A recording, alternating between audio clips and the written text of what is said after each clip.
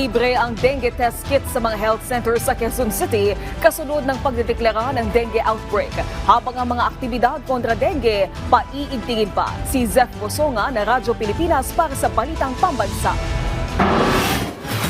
Hinikayat ng lokal na pamahalaan ng Quezon City ang mga magulang na dalhin agad sa mga health center at ospital ang mga anak na nakararanas ng sintomas ng dengue.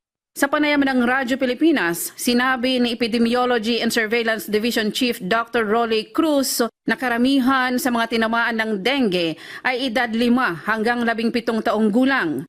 Giit ng QC-LGU, hindi dapat mangamba ang mga residente dahil libre ang dengue test kits. At dahil nagdeklara na ng outbreak sa lungsod, bukas ang mga health center nito tuwing Sabado at Linggo. Hinihikayat yung mga magulang na sana yung mga anak nila na nilalagnat, no?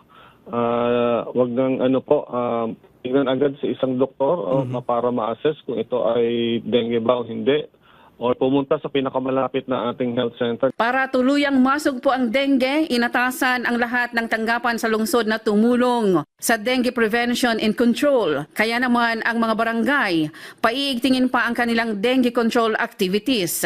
Habang ang mga eskwelahan naman, magsasagawa ng Brigada 7. Payo ng QC-LGU sa mga residente, makiisa sa mga clean-up drive sa mga komunidad. So maglinis po tayo, makipag-cooperate po tayo sa mga barangay.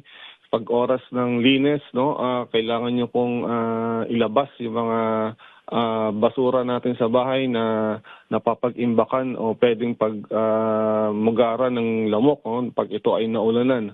So kung walang lamok, wala pong dengue. No? Mula sa PBS, Radyo Pilipinas, Zef Bosongan para sa Balitang Pambansa.